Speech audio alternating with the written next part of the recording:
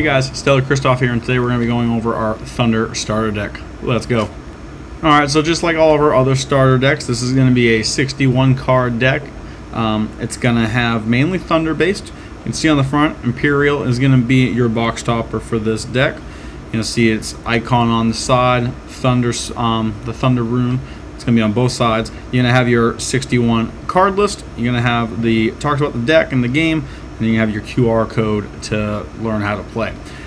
Just like all of our other ones, you're going to see you have a hollow sticker right here. If you see void like you do here, it means it's been tampered with, so just be wary about it. Again, no issue in the community at all that I've ever heard, but just keep an eye on anyway. This has already been opened. Sadly, no Stellar out of this one. This is the Kickstarter one. In the first edition, I have pulled the Stellar Imperial. Sadly, not on video, but I do have that Stellar complete pink instead of the black, green, and yellow. So we're going to open this up, and on the top, just like all of our other starter decks, you're going to have your 20-sided die. And you're going to have the Thunder insignia right here. That is going to be your number 20 on the die. But this one's got black and yellow all over it. We'll set this down here. You're going to have in the back your pamphlet on learn how to play. Again, you got the QR code as well. It's also on the back here if you guys ever want to watch the video. They've updated the video, so it is a lot nicer.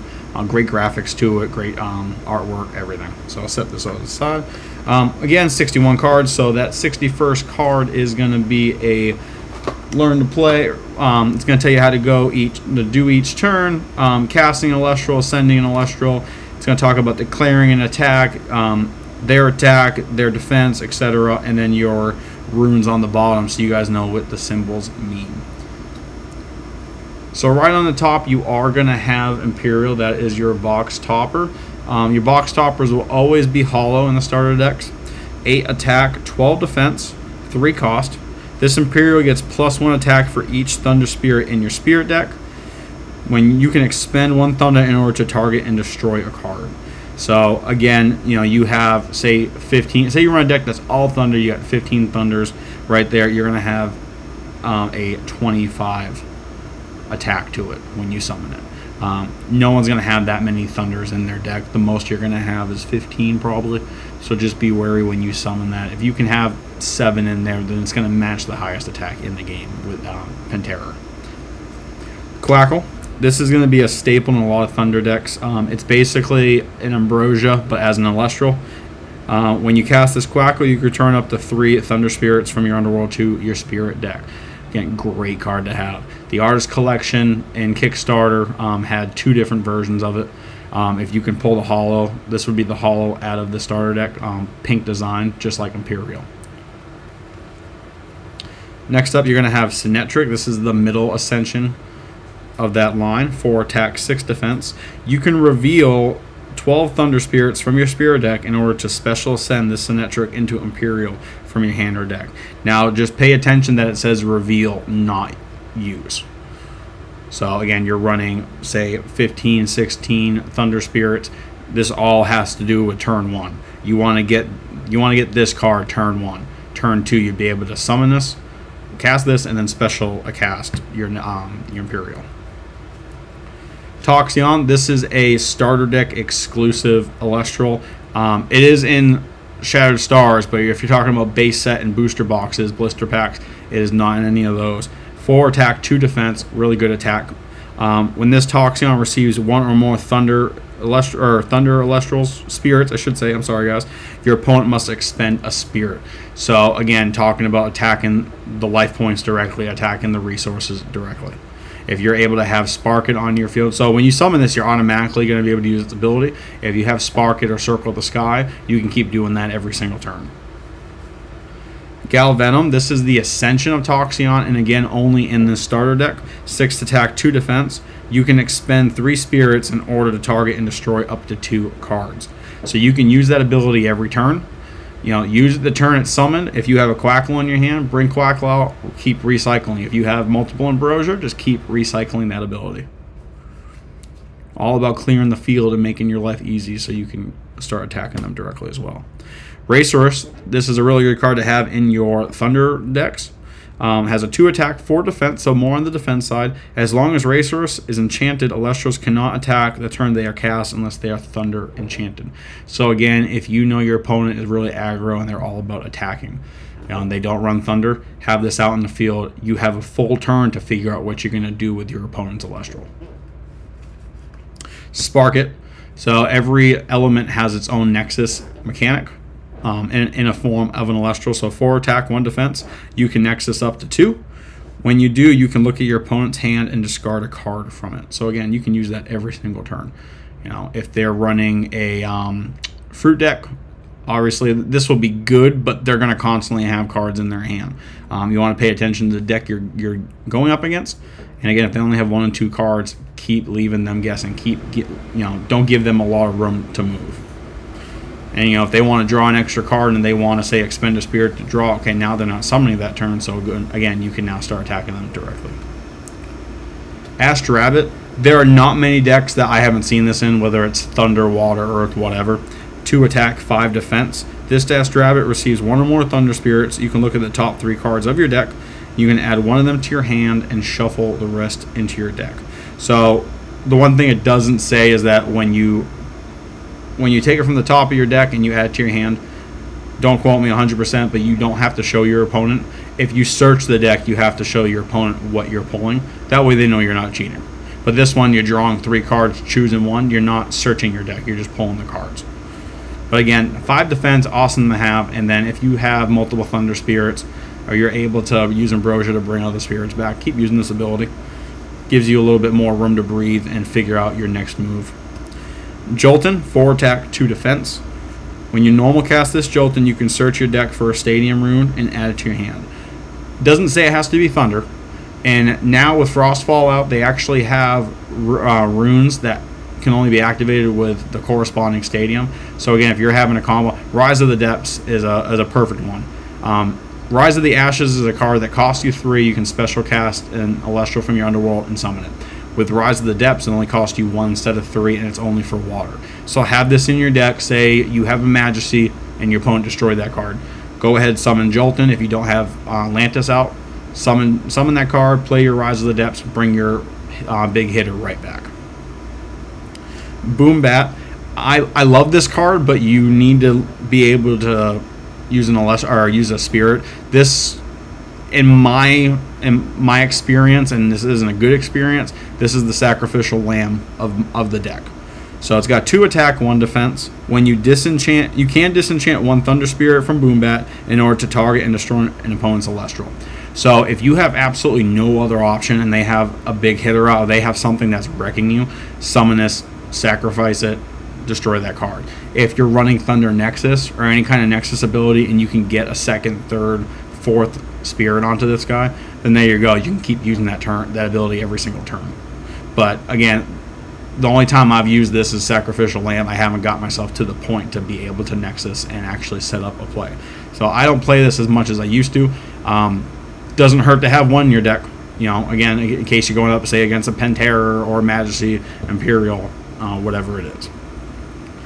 Spy Nymph is going to be an Earth Elestral, 1 attack, 5 defense. The best thing about this card is when it gets destroyed in battle, you can recast it as an an artifact rune, and you equip it to the card that it destroyed it, and it brings the base attack down to 0. So that's the one little misconception that people have. It brings the base attack down. So this is a 1, and bring it down to a 0. But if you have artifact runes, if you have Stadium runes out, you can start giving him attack points again. And also remember too that a 0 attack, just because it has spirits, if I use a 0, say Boom Bat destroyed it, for instance, and now the attack is 0, and I use this to attack the spirit deck, because it has a 0 attack, nothing happens. Even though there's spirits, it does no damage because it's a 0 attack. So just be wary of that when you guys are building your decks and you're going up against your opponents. Keep that in the back of your mind, whether you're going against this or you're using it, that you can still use that card that has a 0 attack. You just have to make sure you power it up somehow. Wormite. Nice little guy to have, especially in going up against like an aggro deck, for instance. Basically, you can target an Elestral and it lowers the attack by 4. So 3 attack, 1 defense. You're going up against a card that has a 6 attack, lowering it by 4. This guy can destroy it. or you have 2 in this deck. If you're able to summon them both and you have a high attacking Elestral you're fighting, these guys can tag team and destroy that card. Nectar of the Gods is going to be your Pot of Greed. You're going to cost 2 to draw 2. Ambrosia, this is going to be a staple in every single deck. Do not build a deck without at least 2 of these in it. It's going to cost you 1 spirit. You get to bring 3 back. This can definitely help you late game. I would not just play this just to play this. Also, you have to pay attention to your opponent's field if they're running a fruit deck. Tritaya, if you play this card, they get to draw 2 cards. Ludagon, if you play this card, they get to destroy any card on the field. So make sure you're using this wisely. Pay attention to what's on your opponent's field. Circle of the Sky. This is the first version of it. There's actually 3 now since we have 6 spirits. But you Nexus 2 spirits, and then up to 2 spirits, and if you do, you get to draw a card. So Boombat comes to mind. You know what I mean? If you can add another spirit to Boombat with this, then you can use its ability and keep it on the field. Zeus is going to be your Divine Rune in this deck. It costs you 1 to play, and you can add 3 more spirits to it when you enchant it. You can disenchant 1 Thunder from Zeus in order to target an opponent's Celestial and give it -3 attack and -3 defense until the end phase. Or the end phase. So again, great card to have out that your opponent is a heavy hitter and you need to do something to take them down. Play this card. Now again, you're gonna play this, you're gonna have up to 4 spirits to it. Nexus 1 off of this to Boombat so you can use its ability. And say the same turn, say you're going there's a 4 attack, use this ability, bring it down to 1, Boombat can just attack it and destroy it that way. Mount Olympus, it would be fitting to have the King of the Gods in his realm. Mount Olympus, every Thunder enchanted Elestral on the field gets +1 attack, +1 defense for every Thunder Spirit on them. Thunderbolt of Zeus, this is an artifact rune, costs you 2. The Empowered Elestral gets +2 attack. When the Empowered Elestral destroys an opponent's Elestral in battle, your opponent must expend 1 Thunder Spirit. If you have Zeus out on the field, they have to expend 2 instead of the 1. Thunderstorm costs you 2, but you can just target and destroy a rune. It can be any rune. God forbid you need to destroy yours for something. You can go ahead and use it on yourself, mainly your opponents. Earthquake, staple to have in most decks. It's going to cost you 2 earth, but you're going to destroy whatever Elestral you want on the field. Shield of Achilles, this is a really good card to have. Me personally, I have at least 2 of these in all my decks. But this Shield of Achilles can only be cast when the opponent Elestral declares an attack. You expend 1 spirit, number 1 to play it, but you're going to expend additional spirits depending on their cost. So for instance, Astro Rabbit attacks you, it's a cost of 1. You're going to use 2 spirits to play this card.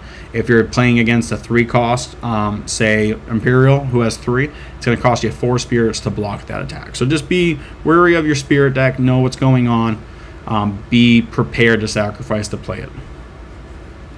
Pandora's Box, this is going to cost you 2. This is also a counter rune. This Pandora's Box can only be cast when an opponent activates an effect that searches for or cast a card from their deck. Negate the effect and that opponent must send the top 2 cards of their deck to the underworld. And now we're getting on to our Thunder Spirits. So for instance, I said, especially with this deck Imperial, you want to, with Symmetric, you have to reveal 12 to special cast it. So this one, for instance, has 15 Zaptors in this deck. So again, you want to try to play that ability in the first couple of turns of the game. Then you're going to have your Terratlas, which you got 3. And then you're going to have 2 Vipyro. That's all I got for you guys today. Thanks for watching the video. Like the video, comment down below, subscribe if you're new. I upload at least 2 to 3 times every single week. Every Saturday we have our Stellar Saturday, so I'll reveal another Stellar in my collection. That's all I got for you guys. My name is Stellar Christoph, and I hope you guys all have a stellar day. See ya.